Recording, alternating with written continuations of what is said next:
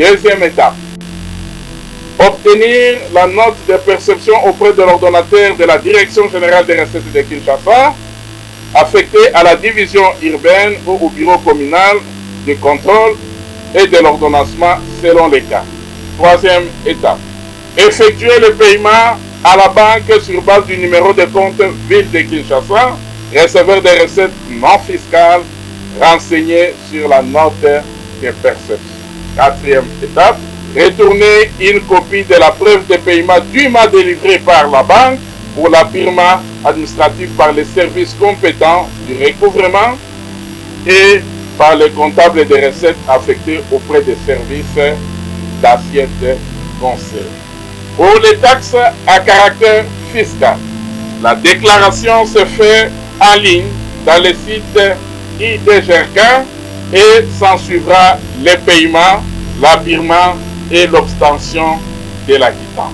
J'en appelle donc aux contribuables et aux assujettis de s'acquitter correctement des obligations fiscales et non fiscales d'ici le 31 mars 2024, que je ne cesserai d'insister, qui coïncide à une journée non ouvrable qui est le dimanche. Donc, cette échéance est ramenée au 1er avril de l'année en cours. Concernant les taux appliqués, il est de retenir ce qui suit pour ce qui est de l'impôt sur les revenus locatifs. Pour les localités de premier rang, tout loyer confondu, le taux de l'IREL est de 22% et le taux de la retenue sur loyer est de 20%. La quotité annuelle étant de 2% pour l'IREL. Pour les localités de deuxième, troisième et quatrième rang, tout loyer confondu, le taux de l'IREL est fixé à 17% et la retenue sur loyer à 15%. Pour rappel, l'impôt sur les revenus locatifs, IREL, est établi sur les revenus bruts de l'année civile antérieure. Les revenus des époux sont cumulés, quel que soit le régime matrimonial adopté. La cotisation est établie au nom du mari. Le locataire est tenu de retirer et de reverser au plus tard le 10e jour du mois qui suit, celui du paiement des loyers, le montant retenu à la DGRK.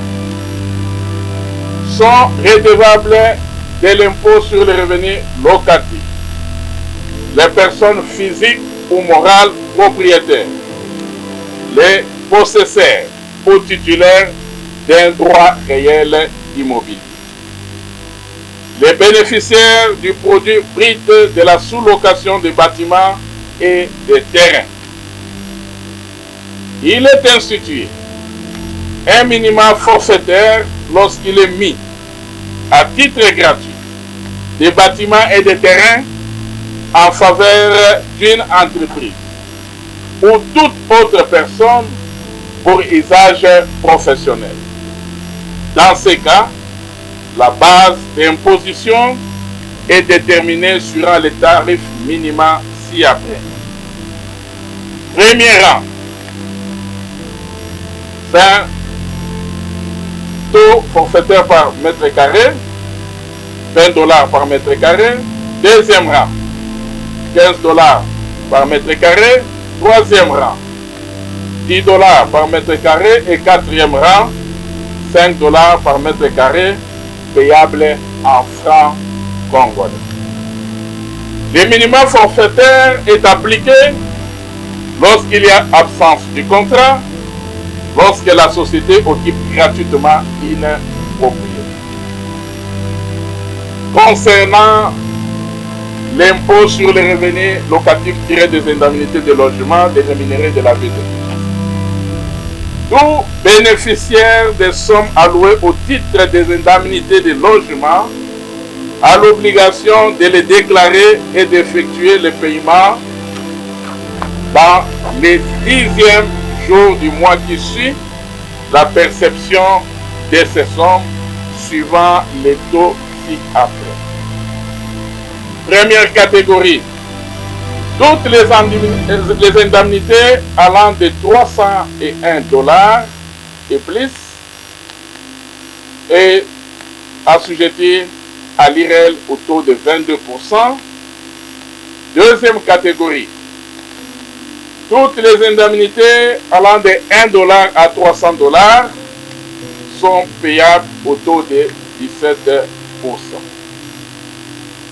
Quant à ce qui concerne les taux de l'impôt sur la superficie des propriétés foncières bâties et non bâties de la ville de Kinshasa, sont redevables toute personne physique ou morale ayant une ou plusieurs propriétés foncières bâties et non bâties.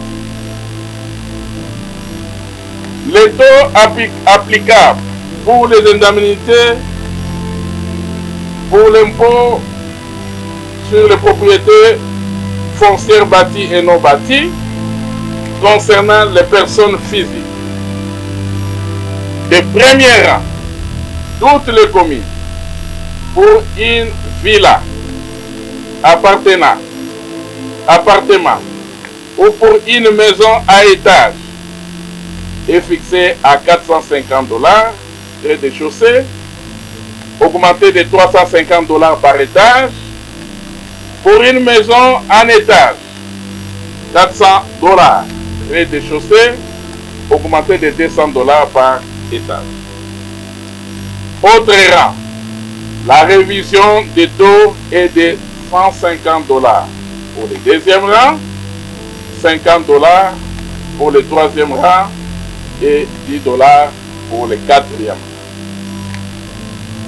Pour ce qui concerne les sociétés immobilières, le paiement se fait par mètre carré, dont notamment 8 $ par mètre carré pour le premier rang, 5 $ par mètre carré pour le deuxième rang, 4 $ par mètre carré pour le troisième rang et 3 $ par mètre carré pour le quatrième rang.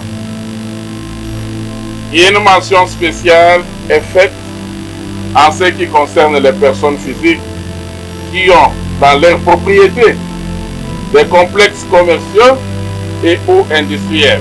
Dans ce cas, il fait allusion à l'article 4 de l'arrêté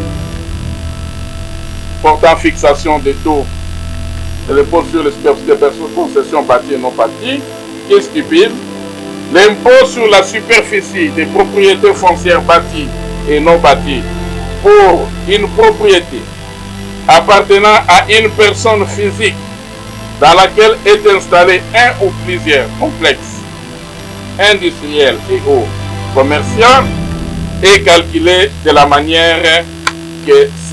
même manière que celui de la propriété appartenant à une personne morale. On entend par complexe commercial et ou industriel toute propriété bâtie appartenant à une personne physique dans laquelle est installée au moins 3 entreprises commerciales ou industrielles. Enfin, parlant de quitus fiscal pour les prestataires et bénéficiaires des services dans la ville de Kinshasa.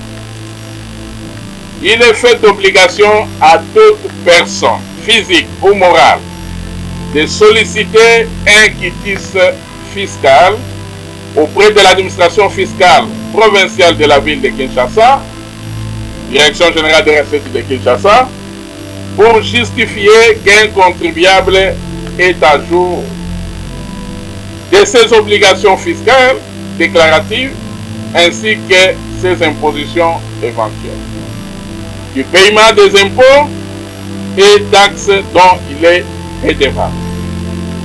Au moment où elle sollicite un service quelconque à la ville de Kinshasa, il s'agit notamment d'une procédure de marché public, de vente, d'achat d'un bien immeuble, de la demande de permis de construire, de permis de morcellement, de préavis locatifs, des certificats de bonne conduite, vie et mœurs, d'actes de mariage, etc.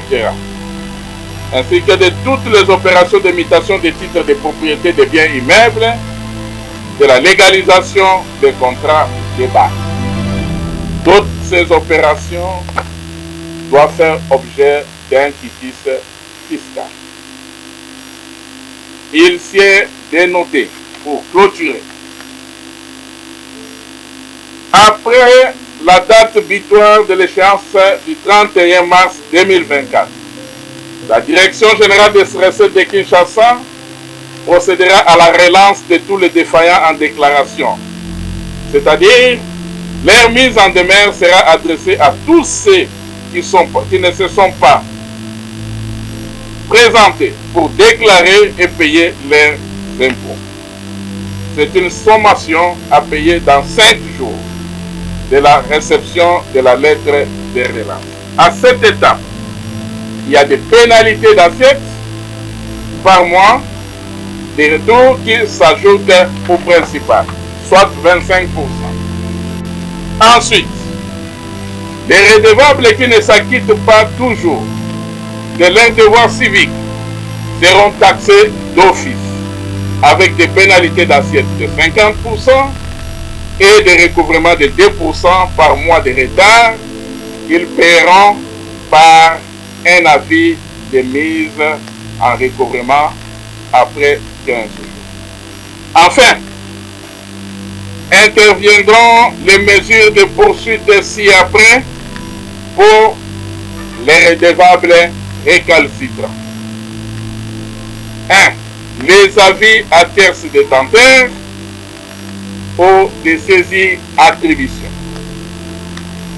Les saisies mobilières et immobilières ainsi que les ventes qui en découlent.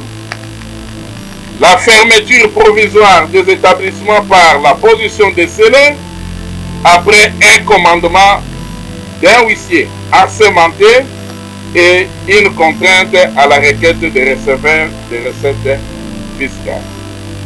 La Direction générale des recettes de Kinshasa se réserve, après toutes ces opérations, les droits de contrôle sur pièce ou sur place de l'exactitude des déclarations des impôts souscrits par les assurés.